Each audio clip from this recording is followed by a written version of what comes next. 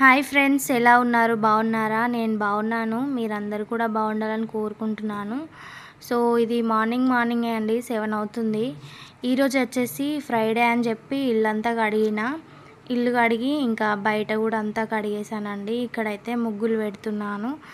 So ఇంకా కొంచెం పని ఎక్కువనే అవుతుంది ఫ్రైడే రోజు. నిజంగా అండి, ప్రెగ్నెన్సీలో ఇంట్లో వర్క్స్ అన్నీ చేసుకోవడం, పిల్లల్ని చూసుకోవడం ఇవైతే చాలా కష్టం అండి. ఈ పెయిన్ అయితే అనుభవించే వాళ్ళకే అర్థమవుతుంది, చూసే వాళ్ళకంటే కూడా. ఈరోజు అయితే మార్నింగ్ నుండి మధ్యాహ్నం వరకు అయితే వీడియో షూట్ చేశానండి. సో ఈరోజు ఒక విషయం గురించి అయితే, ఒక టాపిక్ గురించి అయితే మీతో షేర్ చేసుకుంటాను. సో ప్రెగ్నెన్సీ టైంలో అయితే అందరైతే సుఖంగా అయితే ఉండరండి. అంటే నేనేమంటున్నానంటే బెడ్ రెస్ట్ తోటి మంచిగా చేసే వాళ్ళైతే అందరికీ ఉండరు. సో అలాగే నేనైతే నా ఫ్రెండ్ లైఫ్లో తన ప్రెగ్నెన్సీ టైంలో తను ఫేస్ చేసిన సిచ్యువేషన్ గురించి అయితే నేను ఈరోజు అయితే మీతో షేర్ చేసుకుంటున్నాను. సో ఫ్రెండ్ అంటే నా స్కూల్ మేట్ కాదు, నా కాలేజ్ మేట్ కాదండి. సో నా మ్యారేజ్ అయిన తర్వాత మేము రెంట్ హౌస్కి వచ్చిన తర్వాత తనైతే మా పక్కనే ఉండేదన్నమాట.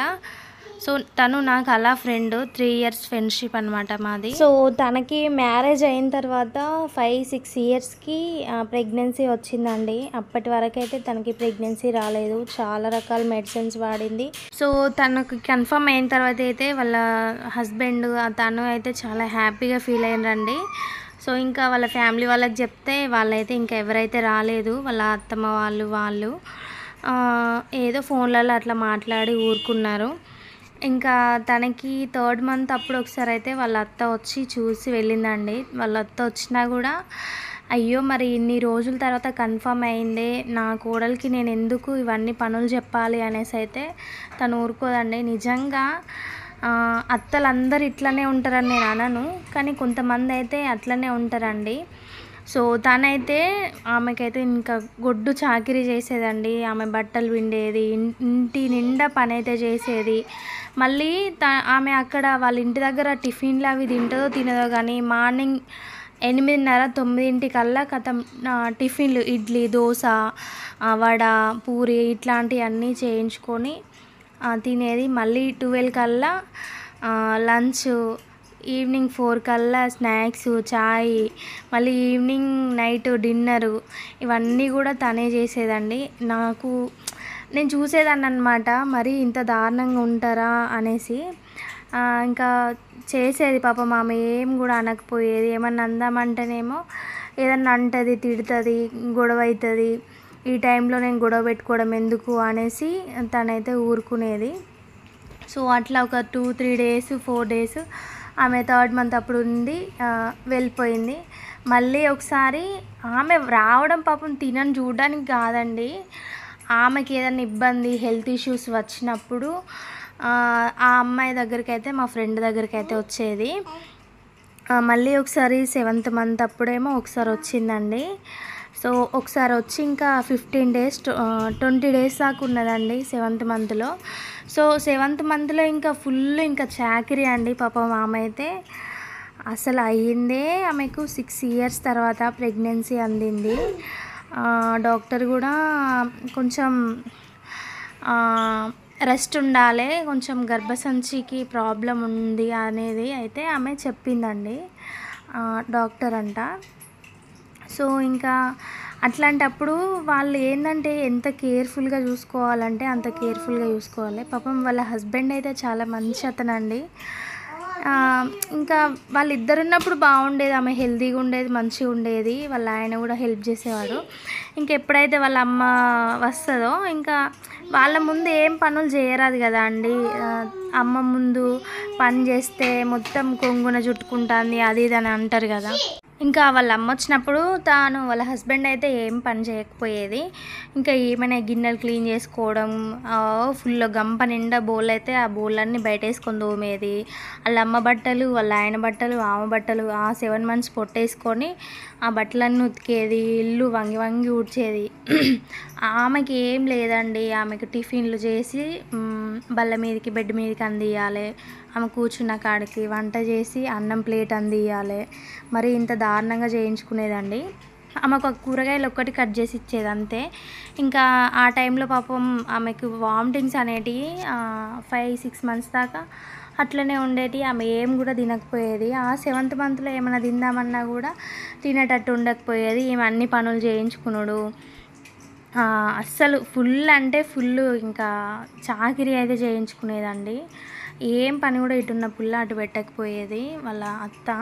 నిజంగా మరీ దారుణం అనిపించేది నాకైతే చూసేదాన్ని. ఇంకా తను ఏదైనా ఖాళీ టైంలో ఎప్పుడైనా బయట కనిపిస్తే ఇట్లా మాట్లాడేది. వాళ్ళ అత్తమ్మ వచ్చిందంటే ఇంకా బయట ఎవరితోటి కూడా మాట్లాడు ఉండదు, ఇంకా ఇంట్లోనే ఉండాలి.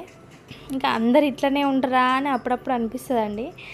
ఒకరోజు ఏమైందంటే మార్నింగ్ వాళ్ళ అత్త వచ్చిందంటే కథం ఆమెకి ఇక ప్రెగ్నెన్సీ వాళ్ళ లెక్కనే క్రేవింగ్స్ అన్నట్టు. ఇది చేసుకుందామా అనే, అది చేస్తావా అనే, ఇది చేస్తావా అనే, ఈరోజు పూరి చేస్తావా అనే అని చెప్పేసి అన్నీ అడిగేది అన్నట్టు. సో ఆ రోజైతే పూరి వేయించుకొని, పూరి తనకి అసలు 7th మంత్లో ఎవరికి కూడా డైజెషన్ అనేది 5th మంత్ దాటిందంటే ప్రెగ్నెన్సీ వాళ్ళకి డైజెషన్ అనేది కరెక్ట్ ఉండదండి. సో అలాంటి టైంలో పూరీలు అట్లాంటివి అయితే తినకపోవడమే మంచిది. సో ఇంకా వాళ్ళ అత్త కోసం అని చెప్పి ఇంట్లో పూరి చేసింది. పూరి చేసి మార్నింగ్ 9ంటికే పూరి చేసి ఆలు కుర్మానో ఏదో చేసి ఇచ్చి ఇంకా తిన్నారు. మళ్ళీ గిన్నెలు అవన్నీ పడితే ఇట్లా తోమింది. ఇంకొంచెంసేపు పడుకుంటా అని చెప్పేసి పడుకున్నదండి ఆమె. ఇంకా 11 కల్లానట ఇంకా ఫుల్ స్టమక్ పెయిన్ అంట. మార్నింగే ఫుల్ స్టమక్ పెయిన్. వాళ్ళ అత్త ఇంకా కథం టిఫిన్ అయిందంటే పడుకోవడమే ఒక ట్యాబ్లెట్ వేసుకొని, ఇంకేం లేదు. మరి అది ఎట్లుంది ఏంది మరి దాని పరిస్థితి ఏంది అని చూడడం ఉండదు. ఇంకా ఆమె పడుకోవడమే, తినడానికే తెలుసు, పడుకోవడానికే తెలుసు. సో ఆ టైంకి తిన్న తర్వాత టిఫిన్ చేసి మా ఫ్రెండ్ కూడా పడుకుందండి. ఒక 1/2 అవర్ అట్లా అటు ఇటు బొరుతూ పడుకున్నది. ఆమెకు నిద్రలనే ఫుల్ స్టమక్ పెయిన్ వచ్చింది. ఇంకా ఆ స్టమక్ పెయిన్ తోటి 1 గంట దాకా కూడా సఫర్ అయిందండి. తను ఎవరికి నార్మల్గా నేను వస్తుంది కావచ్చు అని చెప్పేసి ఎవరికి చెప్పకుండా ఉన్నది. నాకైతే ఫోన్ చేసింది. ఫోన్ చేసిన తర్వాత తన దగ్గరికి వెళ్ళిన ఇంకా అప్పటికి ఆమె గుర్రు కొట్టుకుంటూ పడుకున్నది వాళ్ళ అత్త. వెళ్ళిన తర్వాత సరే మరి హాస్పిటల్కి వెళ్తావా అని చెప్పేసి ఇంకా వాళ్ళ ఆయనకు ఫోన్ చేయమని చెప్పిన. అప్పటికి ఇంకా 12 అట్లా అవుతుందండి.